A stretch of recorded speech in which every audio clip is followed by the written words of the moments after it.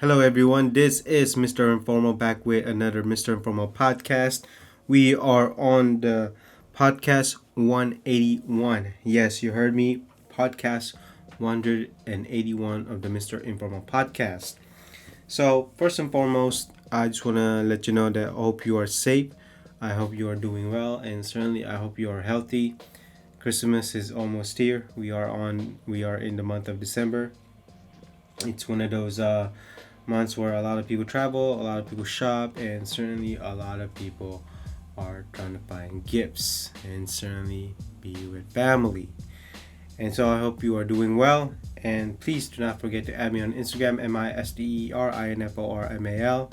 And then check out my website, mrinformal.com, MRINFORMAL.com.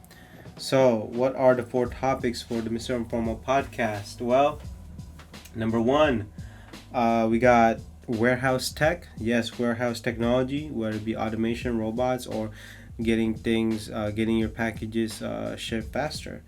Number two is retail progress. Now, what I mean by this is that what about retail experience? It has not changed after all these reports of retail experience having to change, but nothing at all. Number three, brands never learn. So, as you know, well, I'll get to that later. Number four is brand activism. So, what happened? Did we suddenly stop? I mean, suddenly I don't hear much of activism from brands these days. And so, those are the four topics for this Mr. Informal Podcast 181. And so, let's go ahead and start the podcast. And so for the first topic is warehouse tech, warehouse technology. Well, as you know, I'm not sure if you know, but Target, Walmart, Costco, Best Buy, they're all trying to buy bigger warehouses, especially Amazon. Well, you all know Amazon. And every one of these brands are adding automation, certainly adding more manpower, but adding more automation, robots, better softwares, also better carousel, better basically faster shipments, whether it be automatic shipping labels and all that. And so these warehouses are becoming much more advanced and much more quicker to innovate, much quicker to ship your items, or even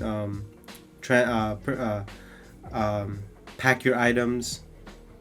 And so ever since the pandemic started, a lot more people are working more in the warehouse, and certainly that is needed because a lot more people are buying online. And so a lot of companies out there that we may not know or we may not heard, or that are in the commercial industries, are creating technology that we have not seen before, and yet it is giving us a faster shipping, a faster packing, and a faster way or for the people in the warehouse to get their job done. So it's certainly benefiting us as a society, because our society is buying more online. And now, for me, I've been to places where it was a huge warehouse, more like a size of a football field, or even longer than a football field. And it's just all warehouse. And as you know, you probably need a cart to get to the other side, or some kind of scooter, whatever it may be. But at the same time, that's where all the items that we as a consumer buy. That's where all the items are. And again, it is not shown in the media, it is not shown in even blogs, but I'm pretty sure that a lot of these texts are making it happen for us to get our items in the house, in the apartment, wherever you are. So everyone's competing, certainly. As you know, these brands are trying to make sure that their customers get their items much quicker, or to get the packed items quickly. And certainly Walmart is ahead of the game. Amazon is probably ahead of the game much faster. And look, it's not just Walmart, it's not just the shopping brands, it's also like Tesla. It's also these car manufacturers. A lot of car manufacturers these days are halted because of the chip shortages, but Tesla is not having that problem. So Tesla is going through that. And not only that, Macy's is also trying to get in the game.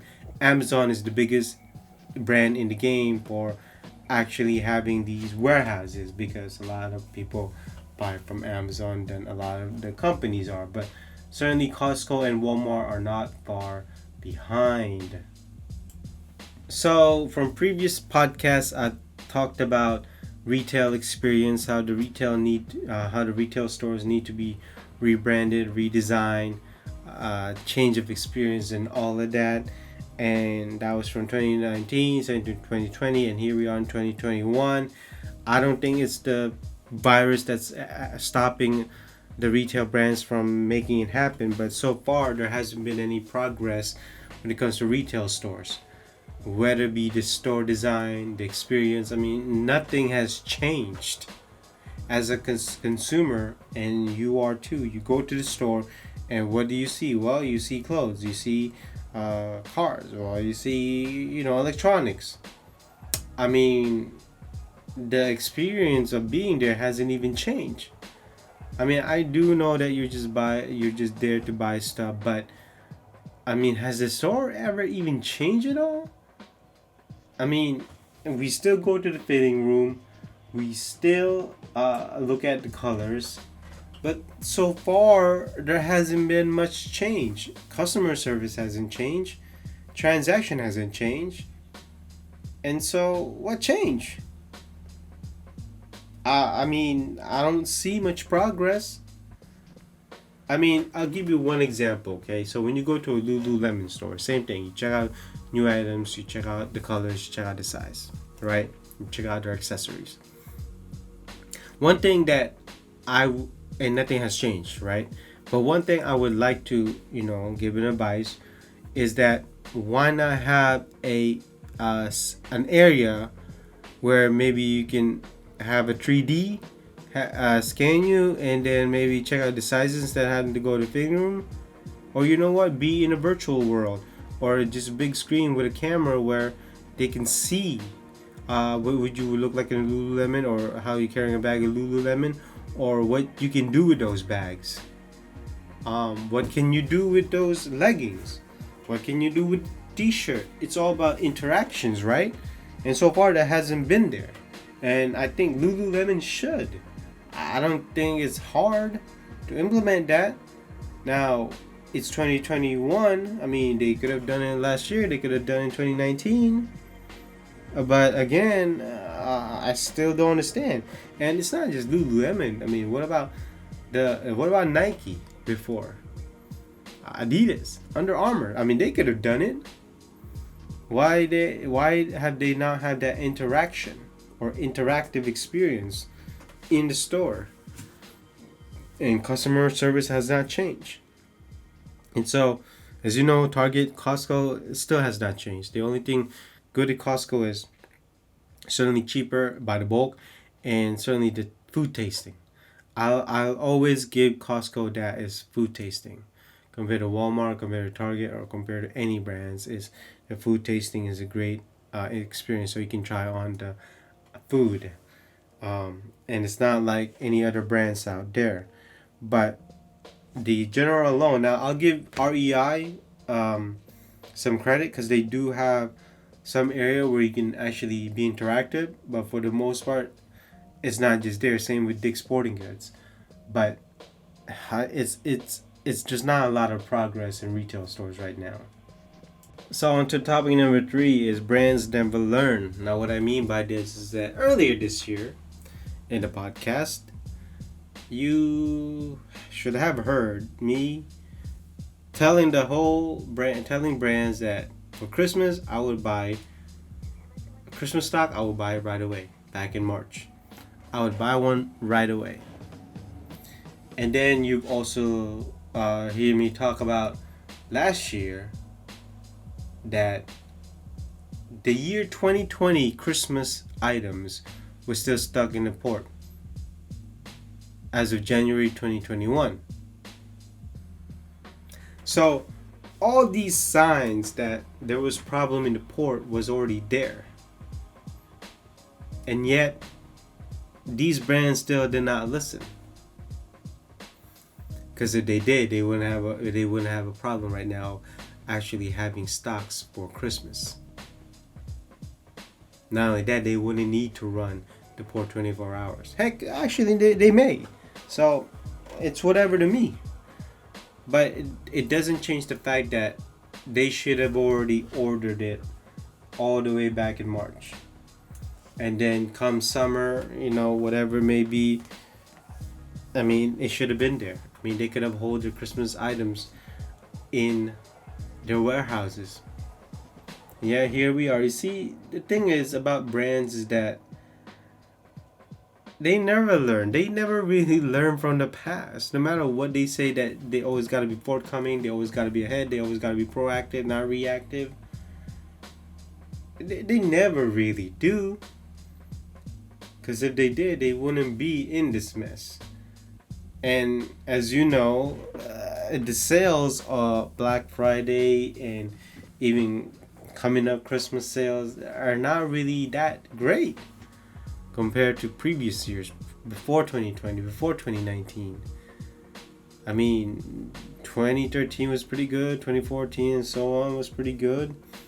But this year, Black Friday was nothing special. Now maybe because people already bought it before Black Friday, but it doesn't matter. The prices did not change after Black Friday, or the prices did not change before Black Friday, because brands were already selling it before Black Friday, having those sales before Black Friday. But at the same time, there's still a lot of brands out there who are complaining that their Christmas stocks are still stuck in the port, and yet they should have already made that decision all the way back in March when they could have placed an order on it, and yet still nothing. You see, you see what I'm trying to say is that no matter who the top is, brands will never learn from their mistakes. It's not just fashion brands, not just tech brands. Tech brands is even worse. They never do. Especially the government, they never do. I mean, it's widespread. But I mean, these brands are coming out saying that, oh, we should be proactive and we should be planning ahead, and yet they don't do what they say. So what amazes me is that they have all the warnings from last year, and yet they didn't listen. I mean, what warnings do you need to have? Is it desperate? Do you need the news to tell you 5 times? I mean, do nobody want to keep in their warehouse, even though Costco, Walmart, Target are all buying spaces for warehouses? I mean, it's pretty obvious what's happening here. I just talked about it in topic number 1. But hey, no matter who at the top is, it's always gonna keep on happening and happening, because as long as you have these brands being so comfortable, whether it be the top or bottom, it's always gonna be the same thing over and over again.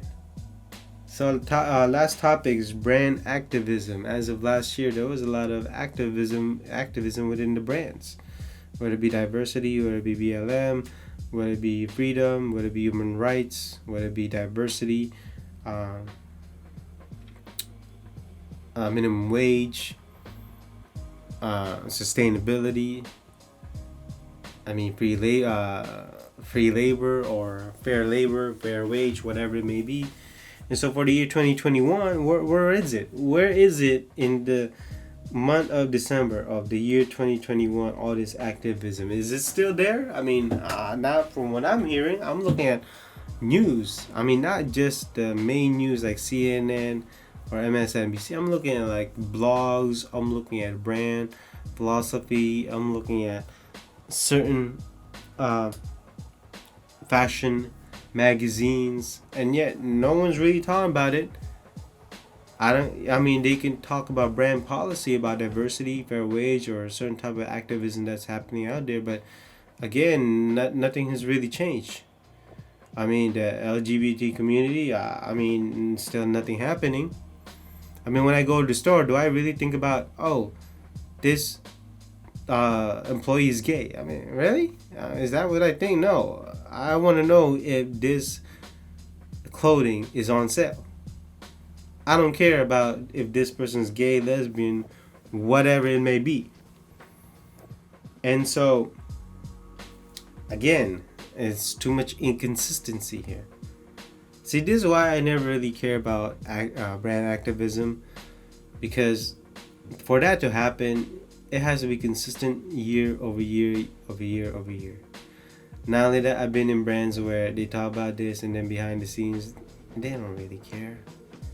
They just want to save face. They just want to look good in front of the camera, in front of the social media. They just want to look good. That's basically like a celebrity. They want this. They don't want to.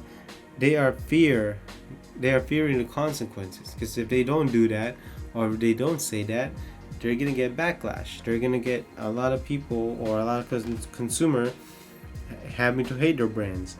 But the fact is, if you stand for something and if it's consistent, that's what you have to do. You gotta keep it with that. You cannot give it up. You cannot give up. You cannot also change, because if you suddenly change, people are gonna question you. And so same with Nike. I told you I don't believe in Nike activism because I think it's a load of BS. And I don't understand why people believe in it. I really don't. Same thing with Adidas, same thing Under Armour, especially Patagonia. Patagonia to me is very hypocritical and inconsistent. Very hypocritical. I don't understand why. Look, I'm separating the brand, the what the brand makes, and the brand activism. I do like the Patagonia's items. I do like them. I'm not gonna hate on it, but in terms of what Patagonia is standing up for these days, it's a load of mess. It's a load of BS. And I don't understand why people like it, but hey, that's their opinion. But again, if you're gonna stand for something, you gotta keep at it and you gotta stay consistent. You got to have a standard. You cannot flip-flop yourself to certain types of activism and then not believe in this. And so it's the same thing with politics, but that's a whole another mess right there. But I don't believe in brand activism. If you do, that's you. But for the year 2021, it seems to disappear. And so that basically concludes this Mr. Informal Podcast 181. Hopefully you enjoy that. Hopefully you learn from the topics, and hopefully you listen to me from beginning to end. And certainly I hope you are all always healthy. Certainly stay healthy. Make sure you are celebrating the month of December, whether it be Christmas or your birthday or just the givings. Again, please make sure to stay safe, and do not forget to add me on Instagram, MISTERINFORMAL, and then check out my website, mrinformal.com, MRINFORMAL.com. And so, this is Mr. Informal. I will see you in the next podcast. Bye-bye.